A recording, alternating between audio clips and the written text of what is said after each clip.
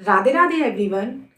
आज का जो वीडियो है वो महिलाओं से जुड़ा हुआ है, क्योंकि सभी को पता है कुछ अशुद्धि के जो दिन होते हैं हम उन दिनों में लड्डू गोपाल की सेवा करें या ना करें। काफ़ी सारे कमेंट मेरे पास ये आते हैं कि लड्डू गोपाल की सेवा पीरियड्स में हमें करनी चाहिए या नहीं करनी चाहिए। लड्डू गोपाल की सेवा करना पीरियड्स में कितना सही है, कितना गलत है, और सूतक में लड्डू गोपाल की सेवा करें या ना करें। जब घर में सोबर हो जाती है तो लड्डू गोपाल की सेवा करें या ना करें। और एकादशी को जब हम फास्ट रखते हैं, क्या लड्डू गोपाल का या फिर युगल किशोर राधा रानी और श्री कृष्ण भगवान का भी क्या व्रत होता है? क्या हम उनको भी क्या फलार का ही भोग लगा सकते हैं? तो आज की वीडियो में मैं सारा आपका जो आपको डाउट है वो सारा क्लियर करने वाली हूँ। एक एक चीज़ें मैं आपको डिटेल में बताने वाली हूँ कि लड्डू गोपाल की सेवा करना पीरियड्स में सही है या गलत है, करना चाहिए या नहीं करना चाहिए। देखिए, मैं जो भी आपको जानकारी देती हूँ वो मैं खुद करती हूँ, और ऐसी कोई जानकारी आप लोगों तक मैं नहीं पहुँचाऊँगी।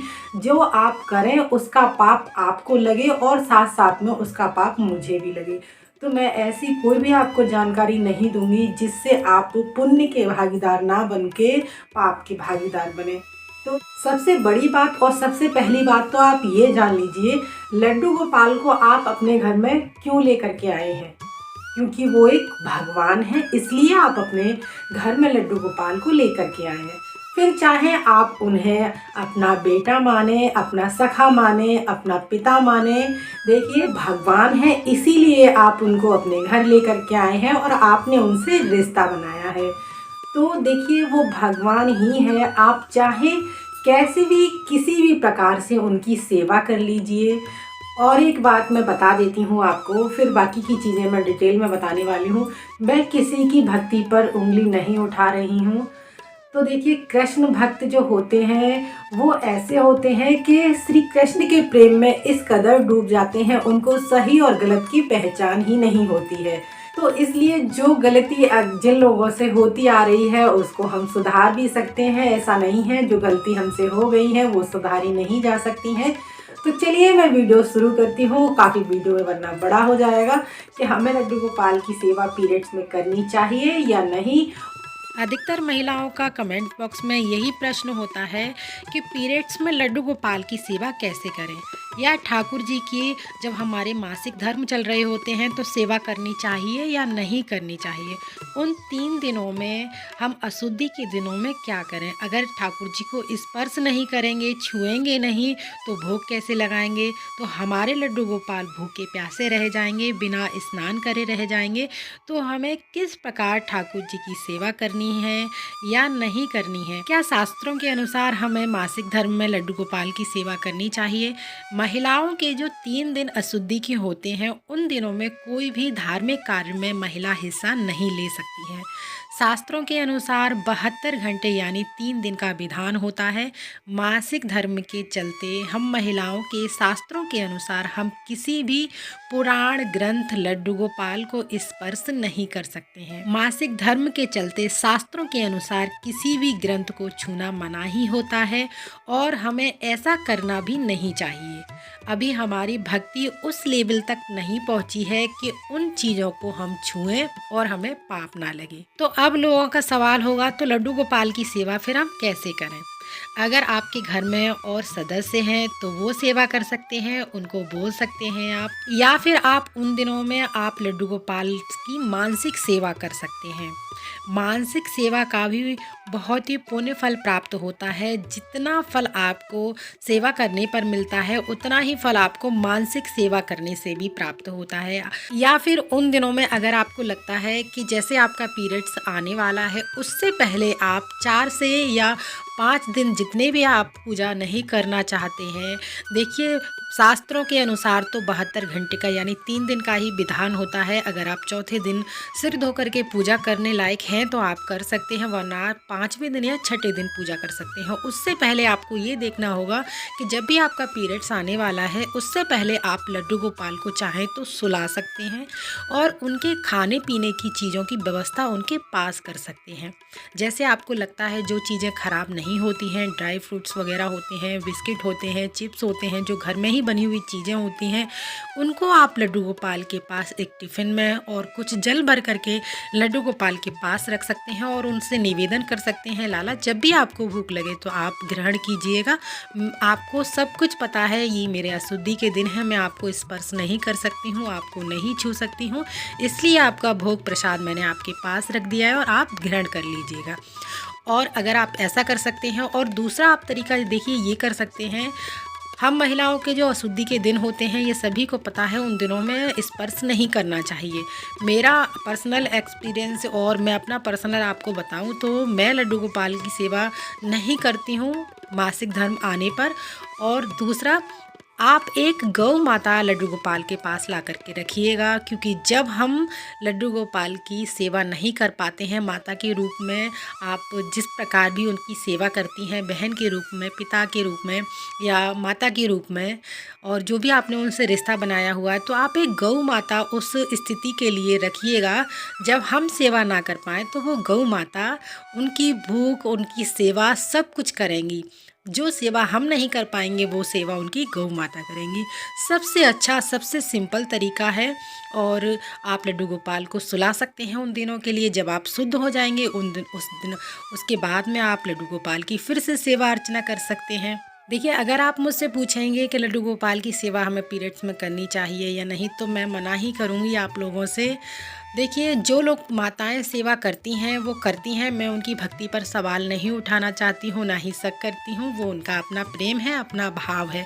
पर मेरे ख्याल से जितने भी संत महात्मा हैं मंदिर में, वृंदावन में चाहे आप चले जाइए बाकी बिहारी के मंदिर में, वहाँ पर भी मनाही की जाती है। उन अशुद्धि के दिनों में लड्डू गोपाल को ना तो स्पर्श किया जाता है और ना ही सेवा की जाती है, ना ही उनसे जुड़ी कोई भी चीज़ें हमें छूनी चाहिए।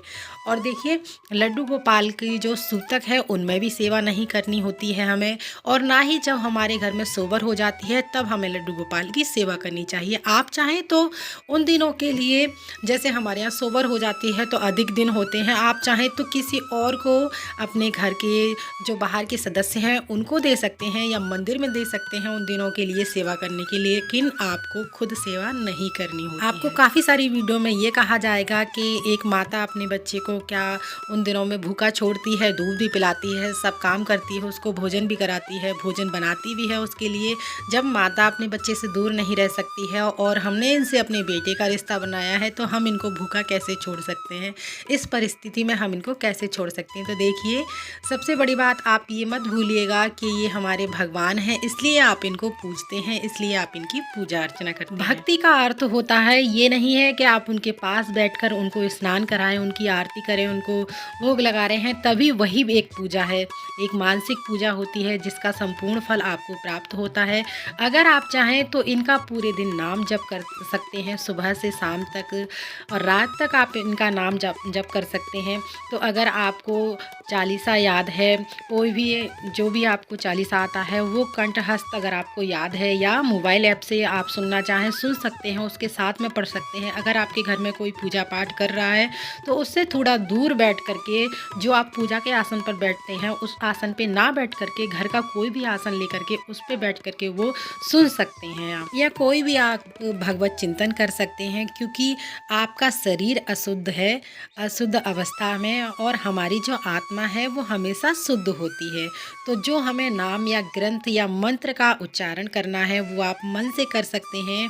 कंठस्थ अगर आपको याद है तो वो आप बोल सकते हैं, यानी जुबान से बोल सकते हैं, और जो स्पर्श करोगे तो शरीर से करोगे, वो अशुद्ध है। बाकी तो आपकी इच्छा है, जैसा लड्डू गोपाल जी आपको प्रेरित करेंगे आपको करने के लिए आप वो कर सकते हैं। तो मैंने आपको काफ़ी सारे उपाय बता दिए हैं। जिन लोगों के घरों में कोई नहीं होता है और वे ये सोचते हैं कि हम बिना सेवा के अपने लड्डू गोपाल को भूखा नहीं छोड़ सकते हैं, भूखा नहीं रख सकते हैं, तो वो अपने लड्डू गोपाल की सेवा किस प्रकार करें। देखिए, गौ माता ला कर रख सकते हैं, या उन दिनों में आने से पहले पीरियड्स लड्डू गोपाल को आप सुला सकते हैं, या आप चाहें तो मंदिर में सेवा के लिए दे सकते हैं, या किसी और व्यक्ति को आप अपने लड्डू गोपाल को को सेवा के लिए दे सकते हैं, या अगर आपके घर में कोई सदस्य है तो आप उनसे सेवा करा सकते हैं।